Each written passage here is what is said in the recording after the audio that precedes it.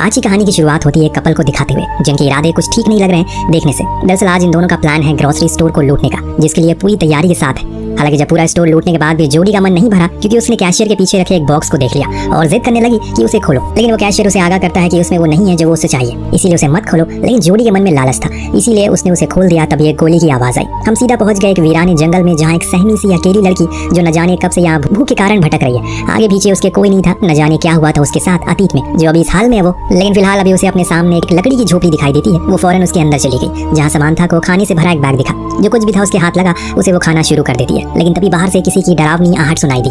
कोई तो है जो इस तरफ बढ़ रहा है। इस डर के चलते समांथा वहाँ रखी एक बेड के नीचे छुप गई। तभी वो शख्स अंदर आया। हाथ में उसके एक कुल्हाड़ी थी, पर वो कौन था ये हम नहीं देख सके। उसने अपने खाने का बैग उठाया और चुपचाप चल पड़ा। नीचे छुपी समांथा चुपचाप सहमी सी छुपी रहती है। जब कुछ समय बीत गया तो उसने निर्णय लिया कि अब उसे यहाँ से बाहर निकलना चाहिए, इसीलिए वो फौरन भागने का फैसला करती है। लेकिन तभी अचानक उसकी टक्कर उसी आदमी से हो गई जिसका नाम टॉम था। लेकिन वो उसे कोई नुकसान नहीं पहुंचाता, बल्कि वो तो उसकी मदद करता है। जो देख समांथा उससे माफी मांगती है कि उसने उसके बैग से खाना चुराया, क्योंकि वो 2 दिन से भूखी थी। दरअसल उसकी कार खराब हो गई है बीच रास्ते में, तो उसका हस्बैंड पास के ही पेट्रोल पंप पर गया मदद के लिए, लेकिन अभी तक वो लौटा ही नहीं। इत्तेफाक की बात यहाँ ये थी कि टॉम की कार भी खराब हो चुकी है, बल्कि वो तो यहाँ 3 दिन से फंसा हुआ है। अब ये सुनते ही समांथा घबरा गई और कहा कि उसे जाना होगा अपनी पति के लिए, हो सकता है कि वो आ गया हो। तो टॉम भी उसके साथ जाता है, लेकिन वहाँ कोई नहीं था, इसीलिए दोनों वहाँ एक नोट छोड़ देते हैं। कुछ गर्म कपड़े लेकर वापस उसी झोपड़ी में आ गए। अब रात होने पर यहाँ का तापमान बहुत ज्यादा गिर जाता है, इसीलिए टॉम उसे कंबल ओढ़ने को कहता है जो वो कार से लेकर आई थे।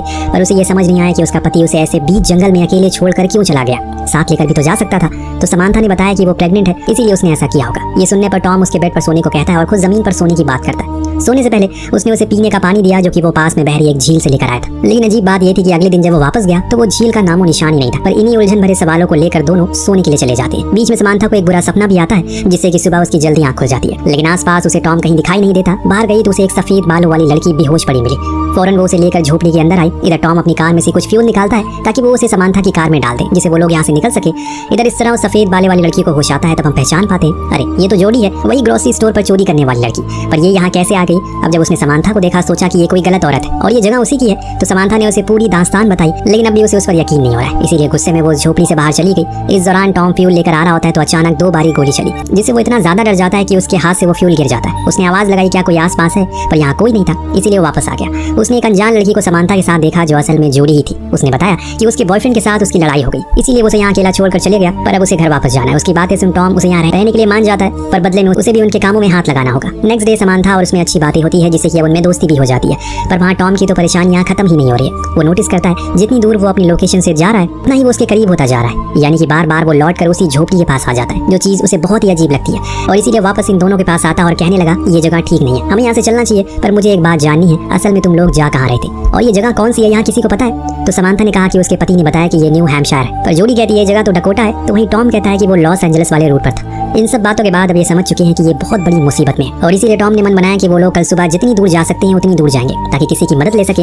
या फिर कुछ और तरीका निकाल सके इस जगह से बाहर निकलने का। रात होने पर जोड़ी और टॉम दोनों एक साथ एक बड़ा ही अजीब सपना देखते हैं, जिसमें उन्हें कोई इंजेक्शन लगा रहा है और कुछ इसी तरह का समांथा का भी था, जिसमें वो दर्द से कर्रा रही है। खैर सुबह हुई तो ये लोग अपना सामान समेट कर चलना शुरू करते हैं। समांथा और जोड़ी के बीच बातें होती है, जिसमें वो उसे अपने अतीत के कुछ पन्ने साझा करती है, जैसे कि उसकी माँ उसे जन्म देते ही मर गई, तब से वो अनाथ आश्रम में पली बड़ी है। तभी अचानक उसके पैर पर एक चीज टकराई और वो गिर पड़ी। उसी समय उसके जेब से पैसों की गड्डी गिरी, जिसे देख टॉम अचंभित हो गया और जल्दी पूछा कि इतने पैसे तुम्हारे पास कहाँ से आए? जवाब में कहा कि ये उसकी खुद की सेविंग है, जो उसने अपने बॉयफ्रेंड के साथ रखी थी, पर जाते टाइम उसने उसे ले ली।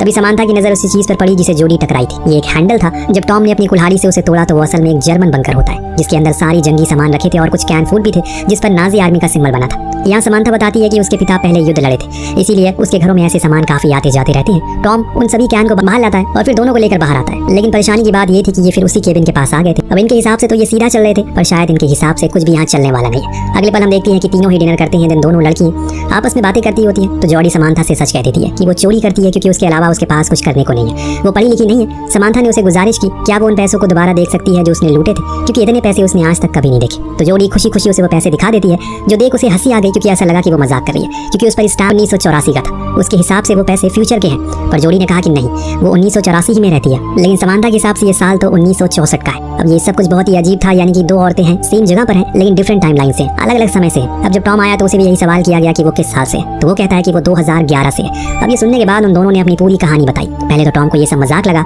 लेकिन उनके शब्दों के भारीपन को देखते हुए वो समझ गया कि जरूर कुछ तो गड़बड़ है। इतने में अचानक बाहर से गोली चलने की आवाज आई। कौन बार बार गोली चला रहा है? जब देखा गया तो पता चला कि वो कोई अनजान शख्स है जिसके हाथ में बंदूक है। इन्हें मदद की जरूरत थी, इसीलिए वो बाहर आया। उसे कहने लगा कि वो लोग मुसीबत में है, पर वो आदमी जर्मन में कुछ बोलने लगता है जो वो समझ नहीं पाया, लेकिन इतना वो समझ गया कि वो उस कुल्हाड़ी को फेंकने को कह रहा है। इसीलिए उसने वही किया। जब उसकी आंख खुली तो अगले क्षण वो तीनों ही कैद थे और वो जर्मन गायब था। अब उन्हें कहीं ना कहीं ये समझ आने लगा है कि हो सकता है कि उन्हें समय यात्रा की हो। वो तीनों ही कैद थे और वो जर्मन गायब था। तो उन सबसे पुराने सन की समांथा ने पूछा क्या 2011 तक समय यात्रा मुमकिन हो चुकी है? तो टॉम कहता है कि नहीं, ऐसा कुछ नहीं बना था। थोड़ी देर बाद वो जर्मन लौट कर आया तो टॉम की रस्सियों को खोल दिया, फिर बाहर ले जाकर उसे खूब मारा पीटा, दिन अंत में उसे एक पेड़ से बांध दिया। फिर वो अंदर आया और उन लड़कियों से पूछने लगा कि वो कौन है और कहाँ से आई है। तभी उसकी नजर जॉडी के लॉकेट पर पड़ी, जिसके बारे में वो उसे पूछने लगा। सिर्फ समानता ही थी जिसे जर्मन आती है, इसलिए वो उसे समझाती है कि वो लॉकेट उसकी माँ का है और वैसे ही सेम उसके पास भी है। तब वो जर्मन नागरिक गुस्से में अपने गले में पहना वही सेम लॉकेट दिखाता है जिसमें एक औरत की तस्वीर थी जो हूबहू समानता की माँ की तरह लग रही है। चीजें अब धीरे धीरे करके और परेशान करने लगती है, लेकिन आप बने रहिए क्योंकि इसका अंत आपको हिला कर रख देगा। अब वो दोनों लड़कियों को लेकर बाहर आता है तो समानता टॉम से पूछती है क्या उसके पास भी ऐसा कोई लॉकेट है,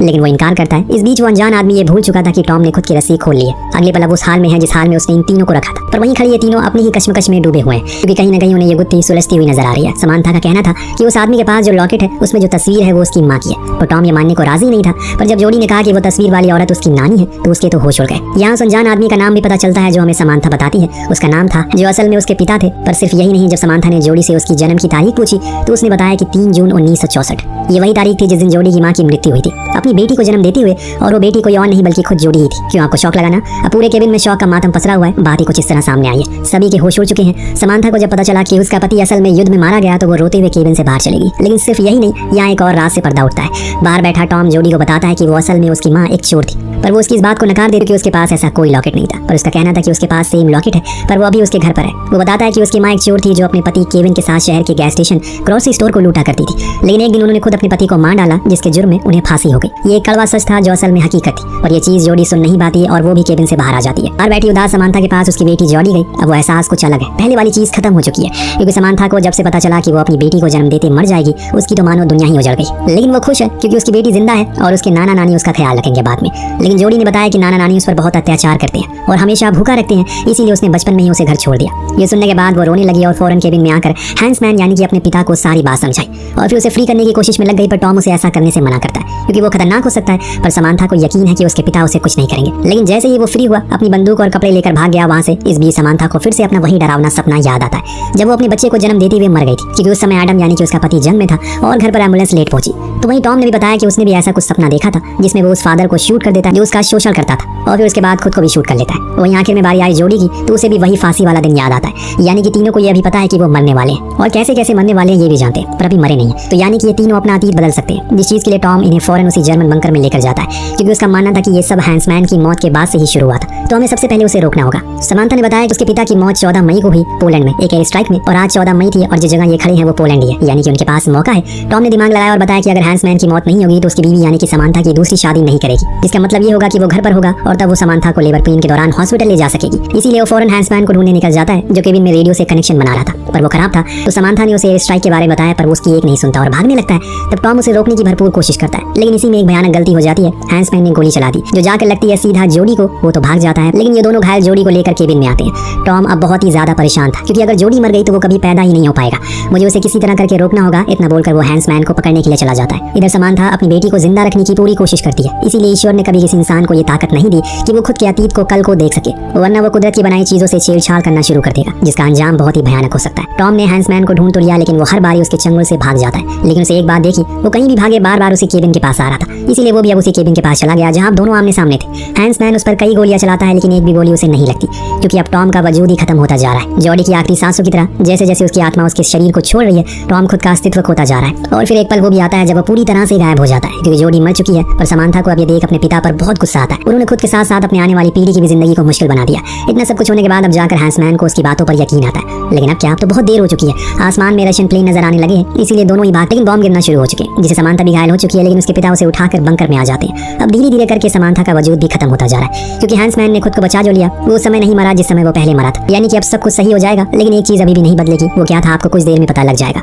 सीन शिफ्ट होकर पहुंचता है फिर से उसी समय में जिसमें कहानी की शुरुआत बात हुई थी। लेकिन इस समय चीजें काफी बदली है। जोडी उसी ग्रोसरी स्टोर पर जाती है, लेकिन एक अलग अवतार में, एक अमीर और पढ़ी लिखी लड़की बनकर। लेकिन जब वो वहां से बाहर निकली तो उसे केविन दिखा, जो अपनी दूसरी गर्लफ्रेंड के साथ वही काम को अंजाम देने वाला है, पर एक नई गर्लफ्रेंड के साथ। जिसका मतलब ये है टॉम कभी पैदा ही नहीं होगा, क्योंकि जोडी केविन कभी मिले ही नहीं। और ऐसा इसलिए हुआ क्योंकि समांथा अभी जिंदा है, जिसे हम अगले सीन में देखते हैं, जिसके हाथ में अपने पिता की अस्थियां हैं, जिन्हें मान सम्मान के साथ उसने श्रद्धांजलि दे दी 1964 में। अंत में फिर से उसी स्टोर में देखते हैं जहाँ केविन की नई गर्लफ्रेंड अमेली ने सब कुछ लूट लिया। लेकिन अंत में उसकी भी लालच खत्म नहीं हुई और उसकी नजर कैशियर के पीछे रखे उस बॉक्स पर पड़ी, जिसे खोलने को उसने कहा, लेकिन कैशियर ने उसे आगाह किया अगर वो अंदर गई तो अब कुछ भी नहीं सुधर पाएगा। पर वो नहीं मानी और बूम में गोली चली, जिसके साथ ही कहानी का यही पर अंत होता है। दोस्तों ये एक बहुत ही कमाल की कहानी है जो हमारे और आपके दिमाग को पूरी तरह से घुमा कर रख देती है। कहानी कैसी लगी हमें कमेंट करके जरूर बताएगा। मिलते हैं अगले वीडियो में। Thank you so much watching. Peace out.